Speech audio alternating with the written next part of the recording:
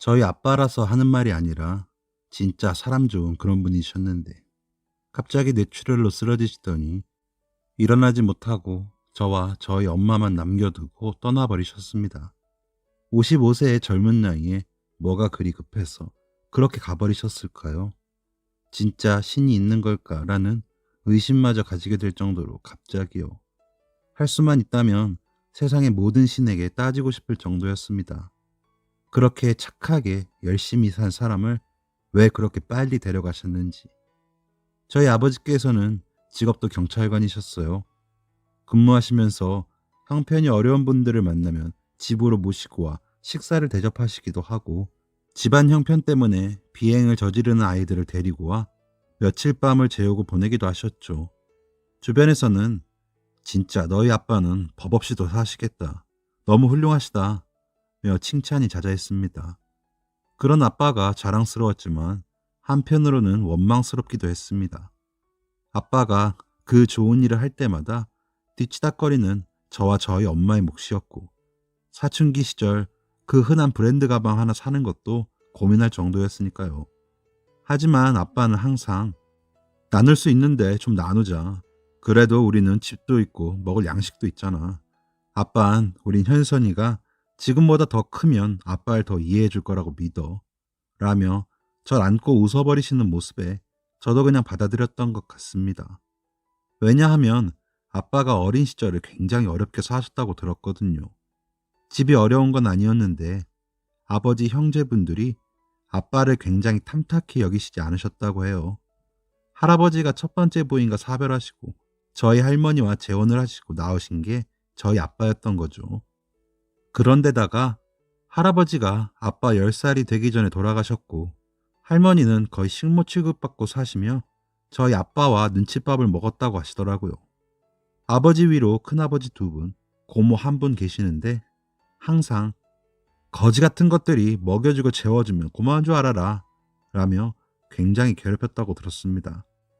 그러다 아빠가 중학교에 들어가던 해에 할머니께서 무슨 결심을 하셨는지 그 집에서 나와 시장통에 작은 가게를 구해 거기서 아빠와 먹고 자며 하셨는데, 이복 형제들은 수시로 찾아와 돈도 뺏어가고 했답니다. 어머니, 저 용돈 좀 주세요. 이렇게 나와 사셔도 그간의 정이 있는데 용돈을 주실 수 있잖아요. 하며 찾아와서 돈이 없어 못 주면 장사도 못하게 하고 살림도 들어없고 했다라고 하더라고요. 그렇게 어려웠는데도 할머니는 밥 굽는 사람이 있으면 들어오라고 하셔서 밥도 먹여서 보내고 하셨대요. 그래서 할머니를 보고 자란 탓인지 아빠도 어려운 사람 돕고 싶어서 경찰이 되셨고 실천하며 사시고 싶다고 하셨습니다. 큰아버지들과 고모는 각자 가정을 꾸리면서도 할머니와 아빠에게 돈을 내놓으라고 하기 일쑤였다고 들었습니다. 우리 엄마와 결혼할 때도 팔자 좋다며 비아냥거려서 엄마는 되게 놀랐다고 하시더라고요. 그런데도 아빠는 그 덕에 너희 할머니랑 아빠는 항상 한편이었다. 너희 큰아버지들랑 고모도 너무 어렸고 방법을 몰라서 그랬지. 그래도 가끔 아빠한테 간식도 나눠주고 옷도 물려주고 그랬어. 라며 큰아버지들과 고모에게 꾸준히 명절 선물이랑 안부를 챙기며 사셨어요. 그 사람들은 고맙다는 말 한 번이 없었지만요. 그래서인지 할머니께서 돌아가시고 난 뒤로 아빠는 사람들을 더 좋아하고 더 베풀고 싶어 하셨어요. 그런 아빠에게 고향 친구분께서 찾아오셨는데 사업 계획서를 내미시며 정말 좋은 투자처가 있다고 설명하셨나 봐요. 생전 그런 거에 관심 없으셨는데 그럴싸해 보이신 건지, 그 친구를 진짜 믿으셨던 건지 그동안 모아놓으신 모든 돈으로 투자를 하셨거든요. 저한테 우리 딸 시집 갈 때 아빠가 뭐라도 하고 싶어서 모아둔 돈까지 넣었으니까 이거 대박나면 우리 딸 다 가져가 라며 한박 웃음을 지으시던 아빠 얼굴을 생각하면 지금도 눈물이 흐릅니다. 하지만 아빠의 믿음은 배신으로 돌아왔습니다. 이익금을 주기로 한 날짜가 되어도 연락이 안 되던 친구는 지명 수배자가 되어버렸고, 심지어 우리나라를 떠나 잡기도 힘들게 되어버렸거든요. 아빠 같은 사람 만나서 행복하다 하시던 엄마도 그때는 좀 속이 상하셨는지 그러게 송충이가 솔잎이나 먹지 왜 욕심을 부렸어요. 그 돈 제대로 써보지도 못하고 이게 뭐예요? 이럴 줄 알았으면 나도 좀 쓰고 살걸. 이라며 아빠에게 원망 섞인 말도 쏟아내시기도 했습니다. 아빠는 한동안 술을 안 드시면 잠을 자지 못하셨고 저와 저희 엄마 얼굴을 잘 바라보지 못하셨습니다. 그때 손이라도 잡아드릴 걸. 괜찮다고 내가 돈 많이 벌어서 호강시켜 드린다고 할 걸. 후회만 남습니다. 사기를 당했다는 것을 알고 한 2주쯤 후에 퇴근하시던 아빠는 쓰러지셨고 저와 저희 엄마가 연락을 받고 병원으로 달려갔을 때에는 이미 돌아가셨더라고요. 엄마는 장례식장에서도 몇 번을 실신하시고 응급실에 누워 계셨는지 모릅니다. 그래도 아빠가 주변에 잘했던 탓인지 조문객들께서 많이 오시고 오셔서 많이 슬퍼해 주셔서 저희 아빠는 외롭지 않게 가실 수 있었습니다. 아빠 덕분에 새 삶을 살게 됐다는 고등학생 아이들이 와서 장례식 내내 음식도 나르고 상도 치우고 하는 모습을 보자니 아빠가 봤으면 참 좋아했겠다. 얼마나 신나했을까? 라며 눈물이 흘렀습니다. 하지만 그런 감흥은 오래가지 못했습니다. 발인 전날 늦게 연락을 받고 찾아오신 제일 큰아버지는 재수씨, 이 자식이 나한테 돈 빌려간 거 알고 있었어? 갚는다 하더니 죽어? 아이고, 나도 빚져서 빌려준 건데 이제 어쩝니까? 라며 눈물을 흘리기는커녕 화를 내시더군요. 그런 큰아버지의 말에 저와 엄마는 어떤 대답도 할 수 없었습니다. 그런 말은 들어보지도 못했으니까요. 그러더니 발인을 마치고 장례식이 끝나자 조이군 모두를 큰아버지들과 고모가 챙겨가 버리셨습니다. 내가 일단 이거 가지고 가서 이자만이라도 막아야 하니까 가져갈게요. 뭐 얼마 되지도 않아서 될까 모르겠네. 내가 조만간 다시 집으로 갈 테니까 기다려요. 라는 말을 남긴 채로요. 기가 막힐 노릇이었습니다. 그렇게 검소하고 알뜰하게 사시던 아빠가 빚이라니요. 그것도 엄마 모르게 말이죠. 며칠 뒤 나타난 큰아버지의 손에는 도장까지 찍혀 있는 차용증이 들려 있었습니다. 금액이 무려 5억이나 되더군요. 그런데 아주버님, 애아빠가 이렇게 큰 돈을 어디다 썼대요? 그 사람이 생전 사람들한테 베풀 줄만 알았지. 손이 작은데 이렇게 큰 돈을 어디다 썼을까요? 라며 저희 엄마가 파르르 떨며 묻자 큰아버지들과 고모들은 기가 막혀하며 소리를 지르기 시작했습니다. 뭐 친구한테 투자했나 보지. 사업에 눈 뒤집힌 놈이 뭔들 못하겠어. 날 못 믿겠다는 거야? 아무튼 난 돈 준 죄밖에 없으니까 돈이나 준비해. 아무튼지간에 걷어주고 먹어주면서 키워놨더니 이런 식으로 내 뒤통수를 쳐? 아이고 라며 저와 저희 엄마를 몰아세우더니 가버렸습니다.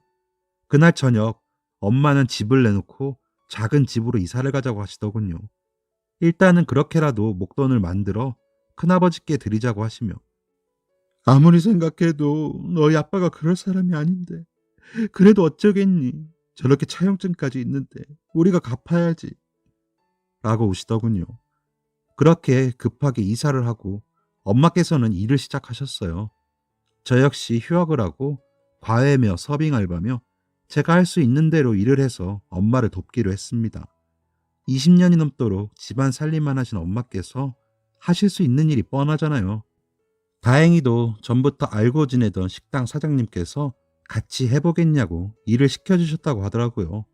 엄마가 음식 솜씨도 좋으시고 아빠가 모셔온 분들 밥해 먹이느라 손도 빠르신 걸 아셨나 봐요. 하지만 식당에서 하루 종일 일하시는 건 처음이다 보니 많이 힘들어 하셨습니다. 저녁마다 퉁퉁 부은 손으로 허리며 다리에 파스를 붙이기 바쁘시더라고요. 장례식 때도 저희 곁을 지켜주시고 엄마께서 응급실에 계실 때 살펴주시고 하던 외갓집 식구들은 저희 이사 소식을 듣고 함께 도와주셨어요. 아빠의 성품을 가장 좋아하시고 존경하신다던 외삼촌도 그 누구보다도 슬퍼하시긴 했지만 금전적으로 도와주시진 못했어요. 안타깝게도 외삼촌이 오랫동안 하시던 일이 얼마 전에 부도가 나서 그쪽도 힘들어 하시던 차였거든요. 그때 외할머니께서 가지고 계시던 집이며 땅이며 다 파시고 외삼촌 댁에서 지내시고 계셨고요. 외할머니께서는 이럴까봐 내가 경찰한테 시집 보낸 건데 이게 무슨 일이냐 면서 많이 우셨어요. 그렇게 저희 집에 두세 번 오셨을까요? 알바가 끝나고 돌아왔더니 할머니랑 엄마가 부둥켜 안고 울고 계시더라고요. 할머니가 특히나 버거워하며 힘들어하시며 우시길래 진정시켜드리고 있는데, 아이고 내 새끼, 불쌍한 내 새끼, 애미가 벅이 없나 보다, 새끼들이 다 하나같이 이게 무슨 일이냐 하시며 통곡을 하시더니 이내 실신을 하셨습니다. 너무 놀랐지만 서둘러 119에 신고하고 응급실로 모셨지만 그 길로 할머니는 일어나지 못하셨어요. 아버지가 돌아가신 지 3개월 정도밖에 안 됐는데 외할머니까지 이르신 엄마는 웃지도 못하고 틈만 나면 눈물만 훔치셨어요. 저 스스로도 점차 어두워지는 게 느껴지더군요. 왜 우리 집에 이런 일이 생길까? 뭐가 잘못된 걸까? 아빠는 왜 빚까지 졌을까? 라며 절망의 늪에 빠지고 있었습니다. 큰아버지는 매달 돈 받는 날이 되면 아침부터 전화해서 이번 달에는 얼마 줄 거야? 이런 식이면 내가 너무 곤란해. 경찰이었으니까 연금 나올 거 아니야. 그거까지 해서 얼른 보내요. 아직도 3억이 넘게 남았잖아. 라며 독촉을 하더군요. 아무리 돈이 중한 세상이지만, 아무리 우리 아빠가 이복 동생이라지만 너무하다고 느껴져 큰아버지가 더 싫어지더군요. 그런데다가 고모라는 여자는 저에게 전화해서 너희 아빠가 그동안 다른 데다가 살림 차린 거 아니냐? 아님 그렇게 큰 돈을 어디다 쓰겠니? 너희 엄마 쓰러질까봐 내가 거기다는 말 못하고 너한테 얘기한다. 하긴 시도둑질은 못하지. 새파랗게 젊은 여자가 애새 딸린 남자한테 시집 올 때는 보통이었겠니? 라며 막말을 하기도 했습니다.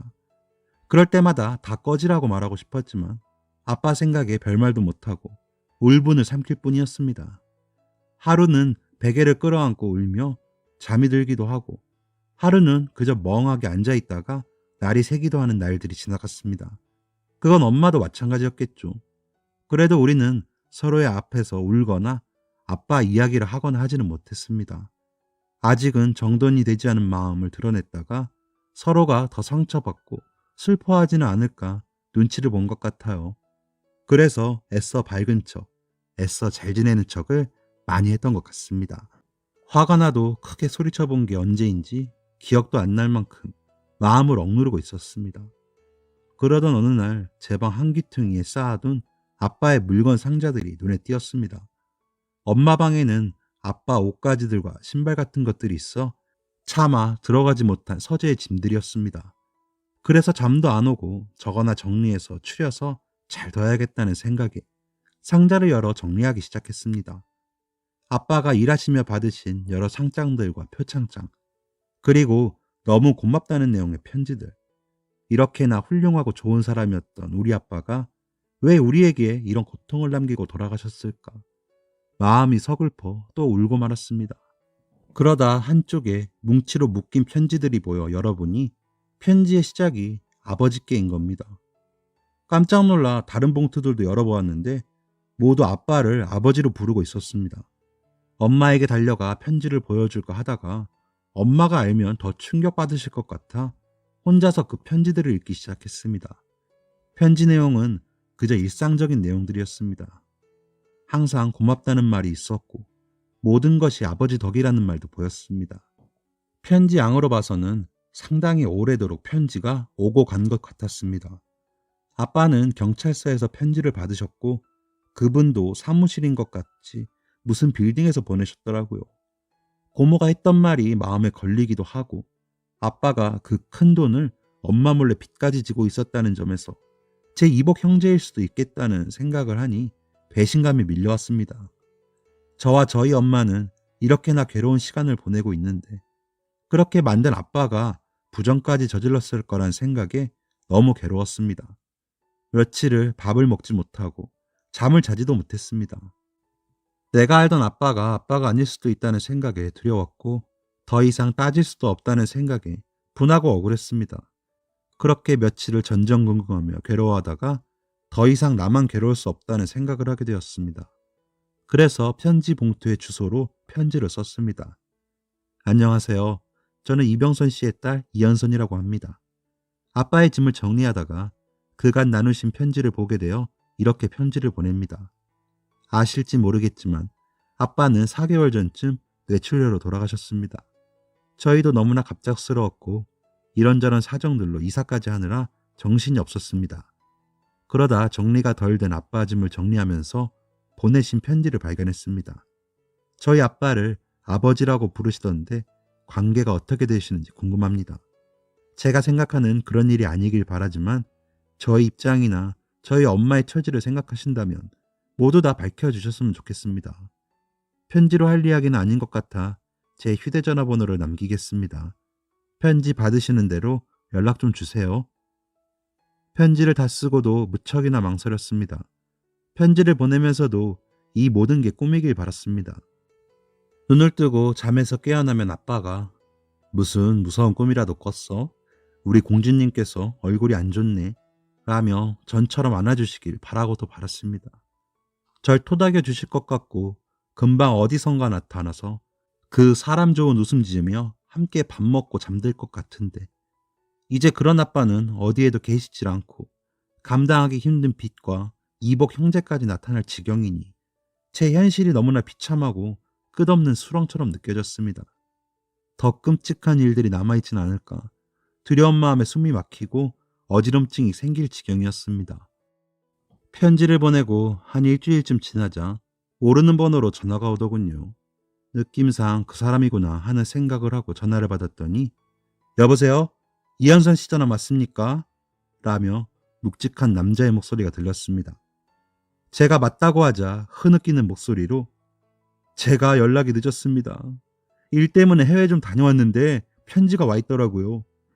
괜찮으시면 집으로 찾아가 봬도 되겠습니까? 우리 만나서 얘기합시다. 라는 말을 하는 내내 울음을 참지 못하는지 목소리를 듣자 저도 눈물이 나더군요. 그래서 엄마는 아직 모르세요. 일단 밖에서 저부터 뵙죠. 오늘 저녁 어떠세요? 라고 하자 그쪽에서는 지금 당장도 좋으시다며 제가 있는 쪽으로 오시겠다고 하셨습니다. 만날 시간과 장소를 정하고 나니 알바도 과외 수업도 어떻게 했는지 기억이 나지 않을 정도였습니다. 전화 너머로 들리던 그 흐느끼는 목소리만 계속 귓가에 맴돌더군요. 약속 시간이 되어 약속 장소에 도착해 그분께 전화를 걸었습니다. 먼저 와서 기다리고 계셨는데 저희 아빠 아들이라고 하기엔 나이가 너무 많아 보여 그쪽에서 어른을 모시고 나왔나 하는 생각이 들더군요. 고급지고 세련되게 꾸미신 모습에 혹시 저런 것도 다 우리 아빠 돈인가? 라는 생각을 하며 가까이 다가가 인사를 하고 나니 제 손을 덥석 잡으시며 우셨습니다. 그런 그분을 제가 위로해드려야 하는 건지 판단이 서지 않아 그저 저도 함께 눈물을 흘리며 있었습니다. 울음이 좀 잦아들자 겨우 고개를 들어 저를 보시며 아버지를 참 많이 닮으셨네요. 한눈에 봐도 따님인 게 느껴집니다. 하시며 절 한동안 바라보시더니 또 눈물을 흘리시더군요. 그래서 저희 아빠와는 이라고 말하는 제게 제가 아버지 아들하기엔 나이가 좀 많아 보이죠. 아버진 저를 살리신 분이에요. 그래서 그냥 제가 그때부터 아버지라고 불렀어요. 라며 저희 아빠와의 인연을 말해주시더군요. 제가 고등학교 때 아버지는 병으로 돌아가시고 생계를 감당하기 힘들었던 엄마는 도망가고 그래서 먹을 게 없더라고요. 동생들은 배가 고프다고 그러지. 그래서 동네 슈퍼마켓에 가서 빵을 몇 개 훔치다가 잡혔어요. 그 길로 소년원에 가서 몇 개월을 지내다가 나오게 됐죠. 그때 신고받고 오신 경찰이 아버지셨어요. 신입이셨는데 제가 봐도 만만해 보였는지 아버지께 욕도 하고 달려들고 그랬거든요. 그런데 그렇게 그 모습이 눈에 밟히시더래요. 그래서 그랬는지 제가 소년원에 가고 없는 사이에 아버지랑 어머니가 저희 동생들을 돌봐주셨더라고요. 그리고 제가 소년원에서 나오자마자 검정고시 보게 해주시고 기술 배우는 학원 보내주셔서 저랑 제 동생들 먹고 살게 됐어요. 그래서 감사한 마음에 자주는 아니지만 전화도 드리고 편지도 드렸어요. 편지는 그냥 제가 마음 편하자고 쓰면서 엇나가지 않게 절 붙들어주는 동아줄 같았거든요. 그래서 저를 다잡고 싶거나 힘들 때면 어리광 부리듯이 아버지께 편지를 썼어요. 그럼 일 배우면서 서러운 것도 힘든 것도 견디게 되더라고요. 다행히도 그때 배운 일이 잘 돼서 아버지께 갚으면서 살겠다고 했는데 이렇게 돌아가시다니요. 라며 다시 우는 그분의 손을 이번엔 제가 잡아드렸습니다. 그렇게 그분과 함께 울면서 아빠에게 너무 미안한 마음이 들더라고요. 우리 아빠가 그럴 사람이 아닌데 의심부터 하느라 괴로웠던 제 자신이 한심했습니다. 그렇게 터진 울음을 수습하지 못하고 울고 있는데 그분이 내일 일찍 집으로 찾아뵈도 될까요? 아버지 계신 곳도 가야 하고 어머니도 뵙고요. 라고 하시길래 마침 엄마 식당도 쉬시는 날이라 그러시라고 하고 주소를 알려드렸습니다. 다음날 아침 일찍부터 엄마께서는 음식을 준비하시느라 오랜만에 신이난 듯 보였습니다. 집으로 돌아와 그분 만난 이야기를 하며 오시기로 했다고 말씀드렸더니 너무 반가워하시더라고요. 그분 이야기를 전하며 제가 너무 부끄럽고 아빠한테 미안하다 했더니 엄마는 얘, 너희 아빠가 어디 그럴 사람이니? 그럴 정신 있으면 나가서 불쌍한 사람 하나 더 데려오지. 너희 아빠는 그러느라 바람도 못 피워. 라며 우시더군요. 그러면서 오랜만에 아빠 이야기를 실컷 했습니다. 아빠와의 좋은 기억들이 이렇게나 많은 줄 이제서야 다시 떠오르고 아빠가 너무 그리웠지만 며칠 동안 괴로워했던 마음들이 사라지며 미안한 마음이 더 커지더군요. 그렇게 아침이 되고 그분을 기다리고 있자니 아빠의 빈자리가 더 크게 다가왔습니다. 띵동. 벨소리에 문을 열고 그분이 들어오셨습니다. 저희 엄마께 어머니라고 부르시며 한동안 두 분이 끌어안고 눈물을 흘리셨습니다. 장례식에 안 나타나길래 무슨 일 있는 줄 알고 걱정했어. 잘 지냈니? 멋있어졌네. 라고 엄마가 말하자 제가 외국에 좀 갔다 왔어요. 오고 가긴 했는데 아버지 보여드리려고 열심히 사는 게 최선이라고 생각했는데 제가 너무 늦었어요. 어머니, 제가 그깟 돈 좀 번다고 아버지 돌아가신 줄도 몰랐네요. 라며 통장과 도장을 내놓으셨습니다. 그러면서 어머니, 우리 아버지 계신 곳에 가서 이거 보여드려요. 하시더군요. 그분께서는 철강 쪽 일을 하신다고 하시더라고요. 작은 고물상으로 시작해서 직원이 하나씩 늘어나 지금은 직원이 150명 정도의 규모가 되었고 그 업계에서는 거의 1등, 2등 하는 업체가 되셨다죠. 기사가 날 정도로 내실 있는 회사라며 명함을 주셨습니다. 흔히 고물이라는 고철을 매입해 제품을 생산하고 파시는 일을 하시는데 외국에도 자주 나가셔야 하고 그래서 아빠에게 아직도 편지로 소식을 전하신다고 하시더라고요. 그래도 열심히 살면 다시 만나 아빠께서 좋아하실 줄 알았는데 이렇게 먼저 가신 줄도 몰랐다며 펑펑 울면서 자책하시더라고요. 그러면서 이 통장은 제가 아버지 퇴직하시면 노후에 쓰시라고 따로 모아오고 있던 돈입니다. 아버지가 이렇게 먼저 가버리셨으니 이 돈 받으세요. 제발 저 사람 노릇 좀 하게 받아주세요. 어머니, 제가 이 돈을 못 드리면 앞으로 아버지를 어떻게 찾아뵙니까? 라며 엎드려 오시더라고요. 엄마와 저는 그 통장을 보고 입이 다물어지지 않았습니다. 자그마치 공이 9개였어요. 엄마랑 그분의 손잡고 얼마나 울었는지 모릅니다. 염치가 없었지만 저희는 너무 절실했으니까요. 그래서 그분과 아버지를 모셔 나온 납골당에 가서 인사드리고 그분 차를 타고 돌아오는 길에 엄마의 전화벨 소리가 울렸습니다. 전화를 확인한 엄마의 표정이 안 좋아지더니 이내 전화를 받으시더군요. 제수씨, 이번 달에는 돈을 좀 2배로 줘야겠어. 나도 돈 들어갈 때가 한두 군데가 아닌데 아주 곤란하다고. 라는 소리가 전화기 밖까지 들릴 정도로 매섭게 소리치듯 말하는 게 큰아버지더군요. 노력해 볼게요. 라고 전화를 끊으시는 엄마를 유심히 보시던 그분이 무슨 일이세요? 라고 물어서 엄마께서 그간의 일들을 말하셨습니다. 그런데 그분이 아버지가 그분들께 돈을 보내면 보냈지 빌리셨다고요? 이상하네요. 제가 아는 아버지는 그럴 분이 아닙니다. 확실해요. 어머니, 혹시 그 차용증 있으세요? 라고 하셔서 엄마가 집에 있으니 보여주겠다고 하셨습니다. 집에 도착해 그 차용증을 그분이 가지고 가시면서 제가 저희 회사 변호님께 부탁드려서 좀 알아볼게요. 연락드릴 테니 너무 걱정 마시고요.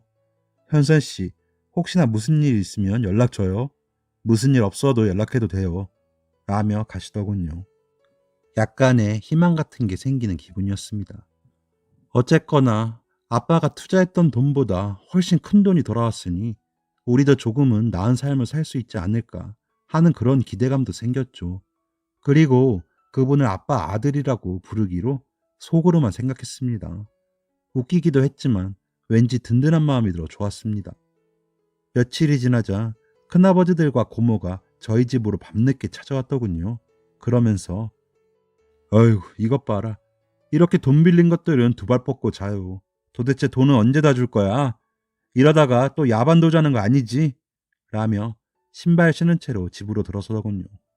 너무 화가 났지만 엄마를 지켜야겠다는 생각이 막아서며 자꾸 이러시면 저희도 참지만은 못해요. 타다리 돈 드리잖아요. 왜 이러세요? 라며 소리쳤습니다. 그러자 둘째 큰아버지가 어휴 가정교육이 이 모양이니 너희 아빠가 평생 그렇게 살다가 죽은 거야. 재수씨 도대체 자식 새끼 교육을 어떻게 하는 거예요? 아이 오빠 제 할머니 우리 집에 처음 오던 거 생각 안 나? 분칠도 하나 안 하고 말간 얼굴 해가지고 순진한 척 우리 아버지 뒤에 머뭇머뭇 들어와서 등신인 줄 알았는데 안방 차지하더니 바로 애아빠 나왔잖아. 이래서 씨도둑질을 못하는 거야. 생긴 건 말짱해서는 뒤로 호박씨나 까지. 라며 저를 위아래로 훑어보더군요. 그 모습을 보시던 저희 엄마가 알았으니 그만 돌아가 주세요. 돈은 제가 어떻게든 마련해 볼게요.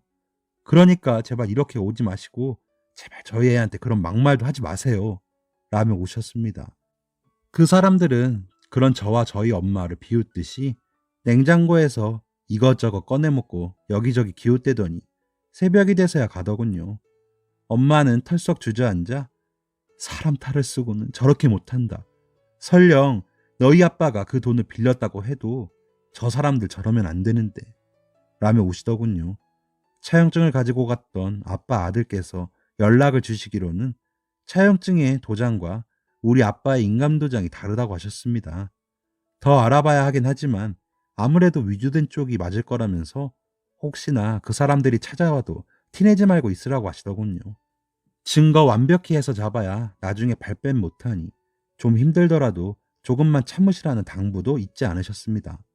그래서 그 사람들을 보는 게 더 힘들고 싫었지만 참았습니다. 혹시나 올지도 모르는 결말을 위해서요. 며칠 뒤 고모에게서 다시 전화가 오더군요. 예? 너희 엄마 왜 전화 안 받니? 너희들 우리한테 무슨 짓을 한 거야? 당장 와서 우리 오빠들이랑 나 아무 죄도 없다고 얘기해. 너네 큰아버지들 다 잡혀갔다는데 이게 무슨 소리냐고! 라며 소리치는데 어이가 없더군요. 고모도 곧 형사들이 잡으러 가시겠네요. 경찰서 가서 이야기하세요. 이게 무슨 상황인지. 라며 전화를 끊어버렸습니다. 그리곤 며칠이 지나 엄마와 경찰서로 향했습니다. 와서 피의자를 확인하고 진술하라는 연락을 받았거든요. 아빠 아들께서 더 면밀하게 알아보신 결과 큰아버지가 가지고 있던 차용증은 가짜였습니다. 그 가짜 차용증을 가지고 저와 저희 엄마를 협박하시고 돈도 받아가신 거였습니다. 경찰서에서 대질 신문을 위해 만나고 나니 그분들은 그 사이 기가 많이 죽었더군요. 하지만 저희를 보더니 제일 큰아버지께서는 미안하게 됐어. 그렇게 돈 좀 빌려달라고 했을 때 빌려줬으면 우리가 이렇게까지 안 하지. 고분고분하게 안 내놓으니까 이렇게 된 거 아니야. 미안하고 없던 일로 해. 얼른 나가자. 라며 이야기하더군요. 그 옆에서 고모가 난 몰라. 오빠들이 돈 나눠준다고 그래서 그냥 그런 거야. 나는 진짜 빚이 있는 줄 알았다니까. 라고 하니 둘째 큰아버지가 어이없어하며 야, 내가 이렇게 하자고 해서 우리가 그렇게 한 거 아니냐? 모르긴 뭘 몰라. 서류 위조하는데도 네가 알려줬잖아. 어디서 혼자만 빠져나갈라 그래. 라며 자기들끼리 싸우더군요. 정말 개판이 따로 없었어요. 저희는 형사분들께 그간에 있던 일들을 따로 말을 하고는 그 사람들과 만나 사실관계에만 대답을 하고 다른 말들에는 대답도 하지 않았습니다. 그리고 나머지는 아빠 아들께서 보내주신 변호사님이 알아서 처리해 주셨습니다. 조사를 마치고 나오는데 변호사님이 알아본 결과 저분들이 돌아가신 이병선 씨께 주기적으로 금전을 요구하시고 받아가셨던 것 같아요. 큰 금액들은 아니었지만 모인이 꽤 큰 금액이 되어 있더라고요. 그리고 이병선 씨의 장례식에서 범죄를 모의하며 어머님과 따님께 갈취해간 금액이 상당하기 때문에 처벌을 면하긴 어려우실 겁니다. 그리고 민사로도 소송을 해서 그간의 금전적인 손해에 대한 보상도 받으실 수 있게 할 거고요. 저쪽도 알아보니 재산이 없지도 않던데 왜 그랬나 모르겠습니다. 사회적 지위가 없으신 분들도 아니고 말이죠. 뭐 친척 관계다 보니 마음이 약해질 수 있겠지만 봐주지 마세요. 저런 사람들. 이라고 하시길래 제가 절대 봐주지 마시고 제대로 벌받게 해주세요. 저희 아빠가 하늘에서 그동안 억울했던 거 다 풀 수 있게요. 라고 말했습니다. 눈물이 나더군요. 몇 개월간의 고생도 서글펐고 아빠를 원망했던 제 자신이 미워서도 눈물이 났습니다. 아빠를 가장 잘한다고 생각했는데 그런 아빠를 믿어주지 못한 제 자신이 참 나쁘게 느껴졌습니다. 아직도 그 사람들은 구치소에 있고 재판은 진행 중에 있습니다.